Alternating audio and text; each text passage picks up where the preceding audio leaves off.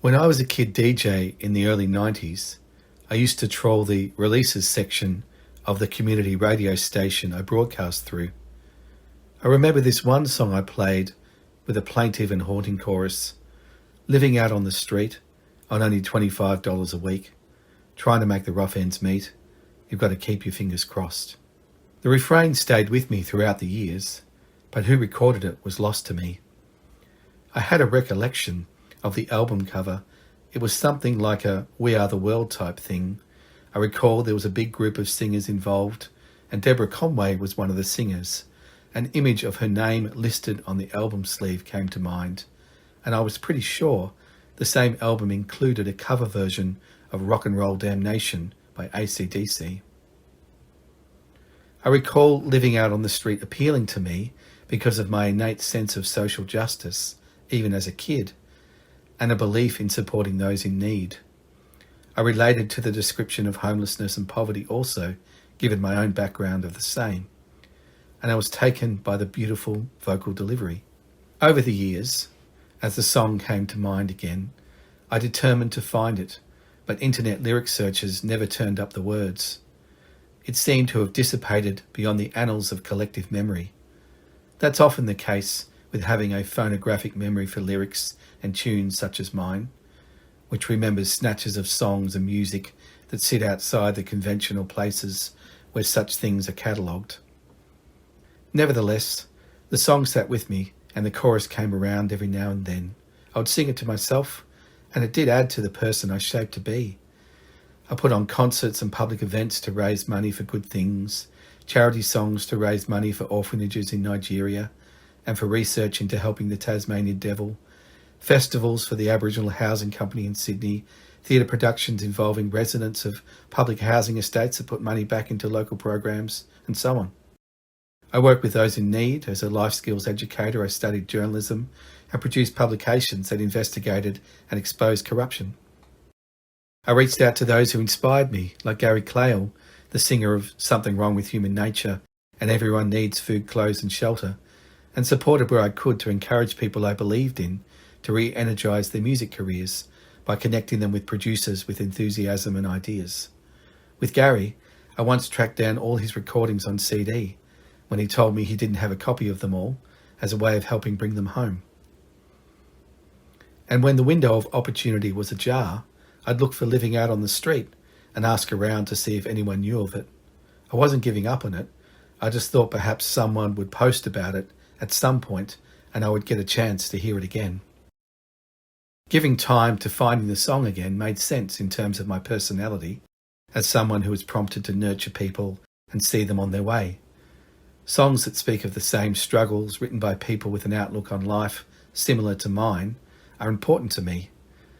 And like the work they inspired me to do, wanting to bring them in from the cold when they seemed to have been lost piqued my motivation. Living out on the street was a prime example. I wanted to find it again and share it with others to explain why it was important, and for others to enjoy what a lovely thing it is too. My girlfriend is a major Deborah Conway fan. String of Pearls is a favourite album of hers, and believing it never hurts to try and make magic happen. I reached out to Deb last year and explained it was my girlfriend's 50th, and asked if there was a way I could arrange for her to do a little serenade as a gift. Deborah's great, and it was just a beautiful thing to make it happen and see the joy and amazement it brought the woman I love.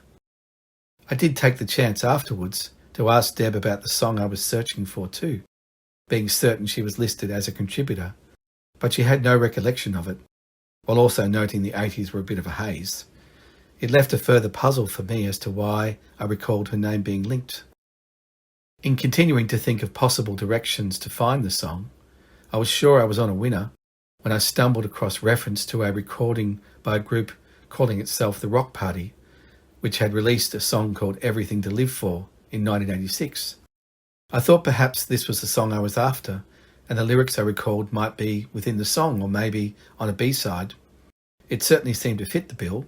It had an incredible cast of performers: Neil Finn, Nick Barker, Kate Ceberano, Shireen Aberneath, Sean Kelly, amongst others. A who's who of Australian performers and international ring-ins like Dire Straits and big-time American producer Joe Wysert. And there was Deborah Conway's name on the list of singers too. It fitted the social justice brief as well. There was reference to it being recorded to combat youth drug abuse. With respect to my efforts to track down the music, I looked for a copy to buy but couldn't find it anywhere. I tried the production engineer, Phil Rigger, listed in the details of the song online, and he said he might have a copy stored somewhere. I asked if he could find it, if he could just play it down the phone to me to see if the song was the one I was after. He couldn't find it in the end. I inquired of everyone with some sort of contact. The fellas from Gangajang were connected to it. They were nice in following up, but said the lyrics didn't ring a bell, but that, then again, the 80s were a bit of a haze. A few label operators and band managers of those involved, whom I contacted, wrote back and said they too wanted a copy, but couldn't find one or had scant details, so no dice that time round. As luck would have it, a copy of Everything to Live For eventually did turn up online. I was stoked, of course. I was putting a lot of effort into finding the song. I shelled out some decent peas to buy it, played it, and listened for the refrain. It's a great song, Everything to Live For. Upbeat, well mixed, big singing chorus, all that combined genius of split ends, models, do-re-mi, etc. coming together, but most strongly the ebullient fingerprints of the Finn brothers all over it, with their melodic structures and instrumentation. I love it. It really is a companion to the song I was looking for, but it wasn't the song. I looked at the B-side and there was a further mix of the song in another called Get Real by the Get Real Rappers, but it wasn't living out on the street. No matter, my strongest lesson from studying journalism was the advice given to me by my instructors: ask if there's anyone else you can talk to. So I looked at the track list, the performers, the engineers, producers, etc., and looked for contact details. I uploaded a copy of the song, attributed the copyright, put a spreadsheet together of those involved, and contacted as many people as I could to firstly share the song if they didn't have a copy or didn't recall being part of it, given the 80s were a bit of a haze, and to ask if they remembered a related recording that included the lyrics I remembered.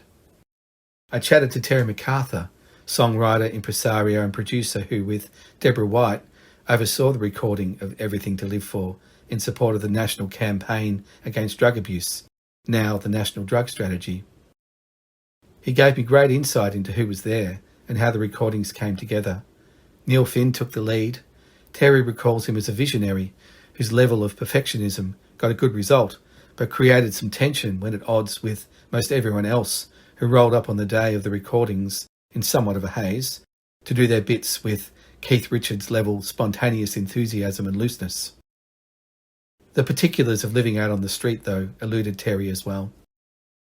One thing did emerge, though, that gave me a lead. Out of my conversation with Terry, I became aware of another 80s project called Big Choir Sings, which did a recording involving a plethora of Australian performers with the intent of raising support to combat teen mental health issues. Big Choir Sings predated the Rock Party by 2 years, coming out in 1984. In fact, as a charity supergroup recording, it also predated We Are the World and Live Aid by a year. They came out in 1985. In looking into it, I found a rare copy for sale, and there was Rock and Roll Damnation on the track list, and there were our partners in social cohesion again, Neil Finn, Sean Kelly, Shireen Abeneath, along with ring-ins from other bands and others we know well, like members of Mental as Anything, Paul Kelly, Peter Blakely, Jenny Morris, Molly, and Deborah Conway. The inspiration for Big Choir Sings, however, goes to Greg Pirano, who played drums on the initial iteration of Hunters and Collectors. Paul Janowskis, from the 80s punk-billy outfit Cattle Truck, is one of the people I've managed to talk to about being involved in Big Choir Sings. Paul says Greg was the banger of the large metal cylinder and an important part of their, Hunters and Collectors, early and unique sound.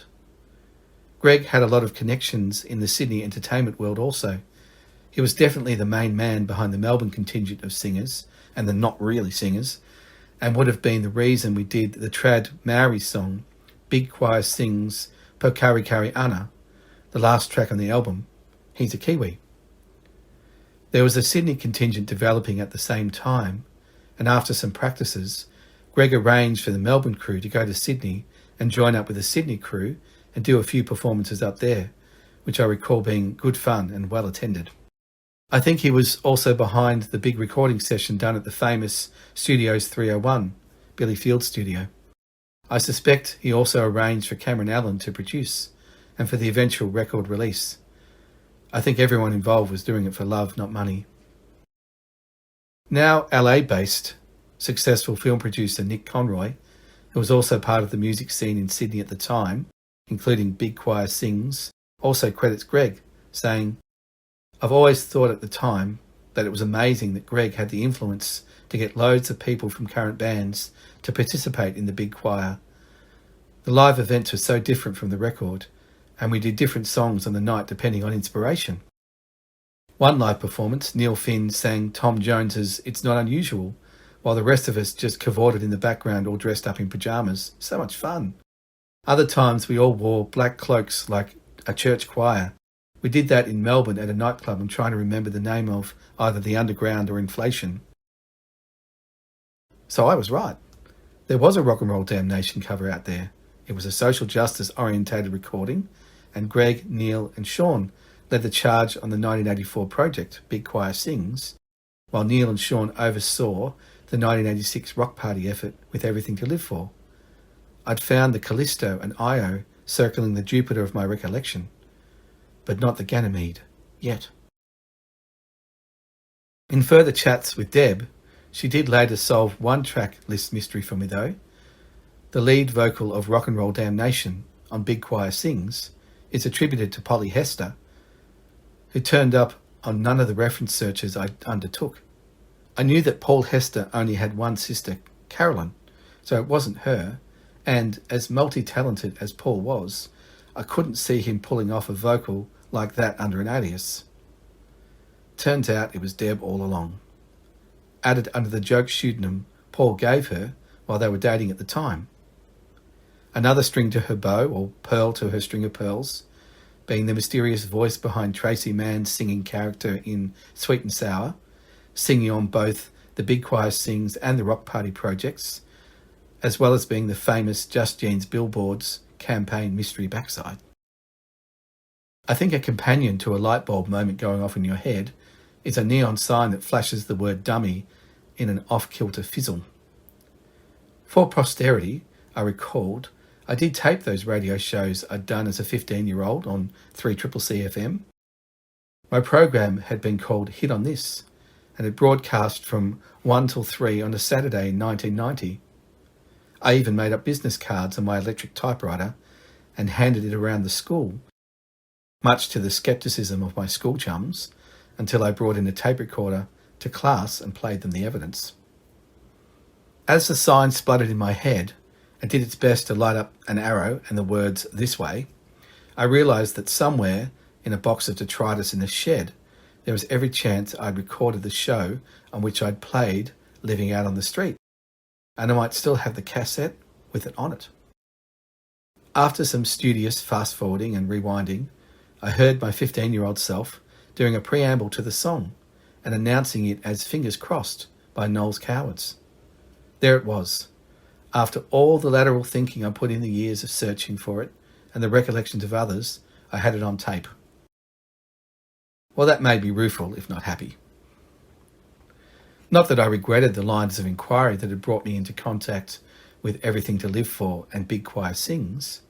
In my mind, many years patiently searching for, and not just rescuing, but bringing together a group of songs that represented the hope and aspirations of good-hearted Australian musicians in the 1980s, as well as their combined genius on their collaborations, reunited a trio of companions as a necessity. And Fingers Crossed, Living Out on the Street, fitted properly into the group, not just because of its noble-hearted sentiment, but through its personnel and what they shared with the other songs. It was Phil Judd and Noel Crombie of Split Enz fame as Noel's Cowards, a spin-off of their other Split Enz spin-off, Schnell Fenster, with their own stars on vocals, Wendy Matthews and Vicar Bull. There was the Split Enz connection again, as it was with the Finn brothers' input into Everything to Live For and Big Choir Sings, along with the various members of the band and future crowded house members playing on both. There was the sense of social justice and the perfect delivery of Wendy Matthews to convey the sentiment.